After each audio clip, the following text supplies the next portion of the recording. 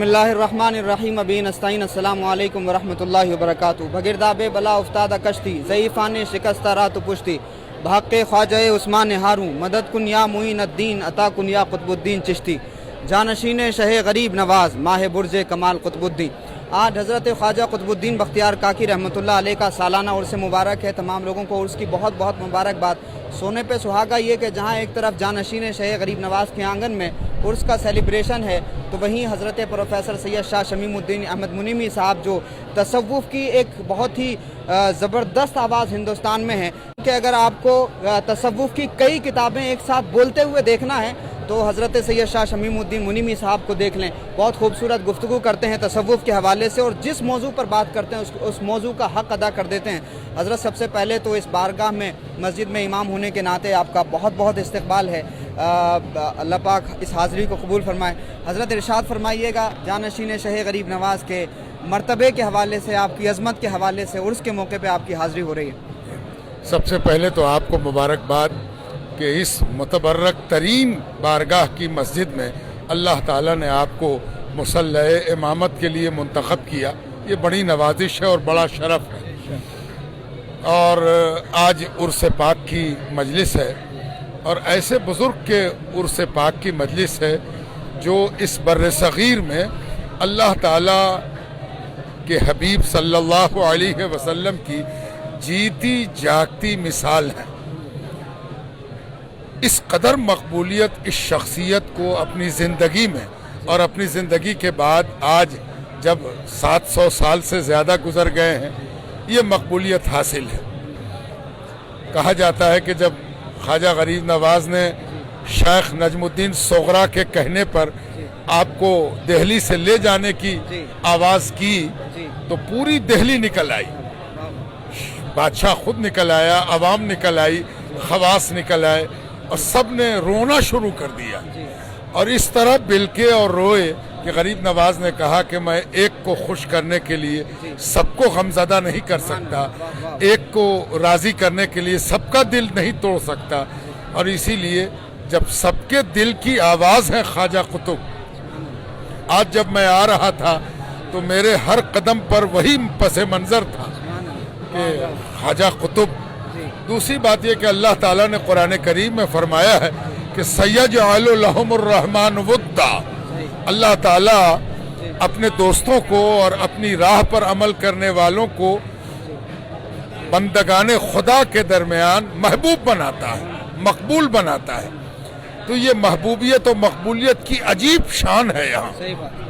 اور اس سے سمجھ میں آتا ہے کہ حضور کا کلمہ پڑھنے والے اور حضور کے راستے پر چلنے والے یہ جو نمائندگان ہیں ان کا یہ مقام طے کر رہا ہے تو اللہ کے رسول کا مقام کیا ہوگا صلی اللہ علیہ وسلم. مسلمان تو یہ تھے کہ جن کو دیکھ کر کے اسلام کی شناخت ہوتی تھی اور آقا علیہ الصلوۃ والسلام کی شخصیت کے حوالے سے لوگ اندازے لگا لیا کرتے تھے.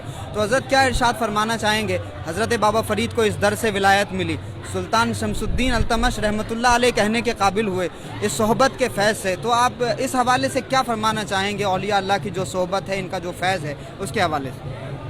اولیاء اللہ کی صحبت اور اولیاء اللہ کا فیض، اس کی دلیل، اس کی مثال اگر کوئی ہے تو اس دہلی کی زمین پر خواجہ قطب سب سے بڑی مثال ہے. بہت سی مثالیں ہیں، اولیاء کی دہلی میں کمی نہیں ہے، لیکن جو سب سے روشن، تاباں اور منور مثال ہے وہ خواجہ قطب کی ہے. دہلی نے غریب نواز کو ٹھیک سے نہیں دیکھا تھا، اس غریب نواز کو خواجہ قطب کی شکل میں دیکھا. تو خواجہ قطب دہلی میں غریب نواز کے ایسے جانشین ہیں کہ خواجہ قطب سے غریب نواز پہچانے جاتے ہیں کہ ان کے پیر ہیں، وہ ان کے مرشد ہیں.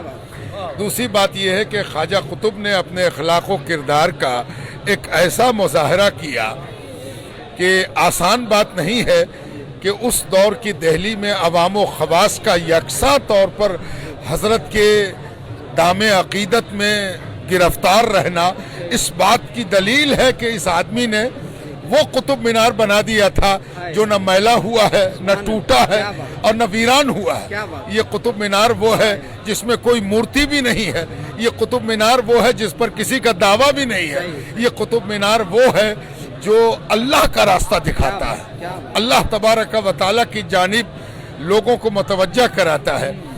आज हम लोग ख्वाजा कुतुब के आस्थाने पर हाजिर हैं और कैसे कैसे औलिया अल्लाह, ख्वाजा कुतुब का ज़माना हुजूर सल्लल्लाहु अलैहि वसल्लम से लेकर आज तक के बिल्कुल निस्फ है, आधे हाथ पर। तो जब आधा ज़माना गुजर गया तो ख्वाजा कुतुब ने फिर एक बार हुजूर पाक अलैहिस्सलाम की निस्बत को इस तरह ताज़ा कर दिया कि फिर आज तक वो ज़िंदगी ताबिंदगी बाकी है। वाह वाह वाह वाह। तो खुदा के जो खुद के लिए जीते हैं उनके महल भी वीरान हो जाते हैं, और जो खुदा के लिए जीते हैं उनका आस्थाना सलामत रहता है। जिस तरह हज़रत ने इशारा फरमाया कि अगर आपको गरीब नवाज़ के जलवे दिल्ली में देखना हो तो वो इस गुंबद में नज़र आएंगे और इस बारगाह में नज़र आएंगे। और क्या ज़माना रहा होगा कि पहले हज़रत ख्वाजा मुइनुद्दीन, फिर ख्वाजा कुतुबुद्दीन, फिर बाबा फरीदुद्दीन, फिर हज़रत निज़ामुद्दीन, फिर मखदूम अलाउद्दीन साबिर कलियरी। कितना खूबसूरत ज़माना और कैसे खुशनसीब लोग रहे होंगे वो कि जो इतने अजीमुल मर्तबत बुज़ुर्गों का ज़माना पाया होगा जिसने। तो हज़रत ये तो वो बारगाह है जहाँ हज़रत निज़ामुद्दीन भी चक्कर लगाने आते थे, बाबा फ़रीद को विलायत मिली, हज़रत मखदूम साबिर पाक यहाँ आते थे। बारगाहों के अदब के हवाले से और इस बारगाह में किस अदब और एहतराम के साथ में हाज़िरी देना चाहिए, इसके हवाले से भी रहनुमाई फरमा दें। हम तो ये जानते हैं कि इस्लाम अदब का नाम है और इस्लाम की जुमला तालीमात अपने मानने वालों को अदब से हमकिनार करती है। किसी ने कहा भी है कि तसव्वुफ़ कुल्लुहु अदब, तसव्वुफ़ सिर्फ अदब का नाम है।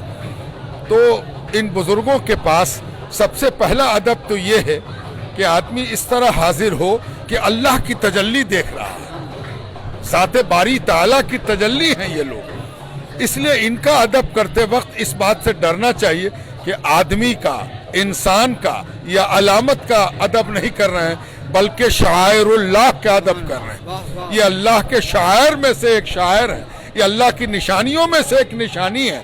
और इनकी निशानी का आलम ये है कि जो इनका अदब करे वो आलिम है।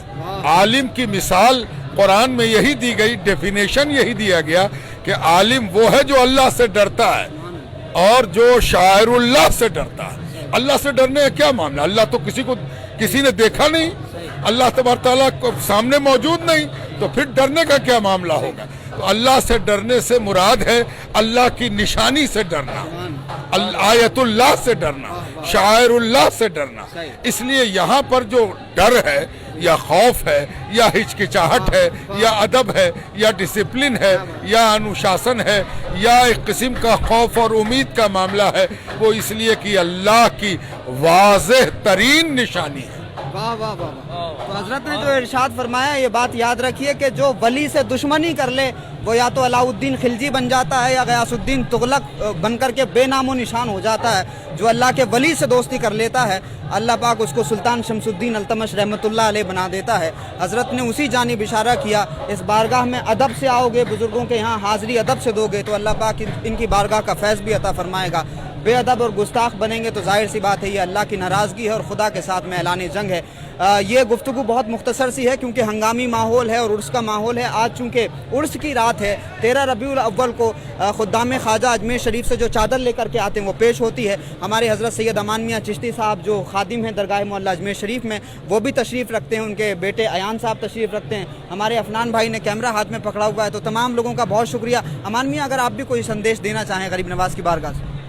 अस्सलाम वालेकुम व रहमतुल्लाहि व बरकातहू। सबसे पहले तो मैं आपको उर्स की मुबारकबाद पेश करता हूँ और इतनी मोअज़्ज़िज़ शख्सियत मेरे साथ खड़ी है हिंदुस्तान की, और उर्स के मौके पे अल्लाह ताला इनको मर्दराज की तंदुरुस्ती अता फरमा और आपकी खिदमत जो कुतुब साहब यहाँ ले रहे हैं, सुभान अल्लाह। उर्स के मुतालिक मैं इतना सा अर्ज़ करना चाहता हूँ कि इस वक्त जिस बारगाह में चादर अजमेर शरीफ की पेश होती है ये कदीमी वक्त से पेश हो रही है, लेकिन 1947 के बाद एक वक्त ऐसा हुआ था कि खुद्दाम हज़रात अजमेर शरीफ से आने में देर हो गई थी, तो यहाँ आए तो दरवाज़ा मामूल हो चुका था। तो आप लोग बाहर बैठे तो अंदर से आवाज़ आई, दरवाजे बाखूब खुले क्या चादर लेकर के अंदर तशरीफ़ ले आइए। तो हमारे बुज़ुर्ग उस वक्त चादर लेकर अंदर आए, पेश करी। जब से मामूल बना है, दरबार मामूल होने के बाद में फिर दोबारा खुलता है और सिर्फ अजमेर शरीफ की चादर पेश होने के लिए। बाकी हज़रत ने तमाम चीज़ें कही दी। बस मैं आपके चैनल की तरफ से तमाम हिंदुस्तान के लोगों को उर्स की मुबारकबाद देता हूँ, इस मुबारक महीने की रबीउल अव्वल की मुबारकबाद देता हूँ। بہت بہت شکریہ ہمارے ساتھ جڑنے کے لیے. السلام علیکم ورحمۃ اللہ وبرکاتہ.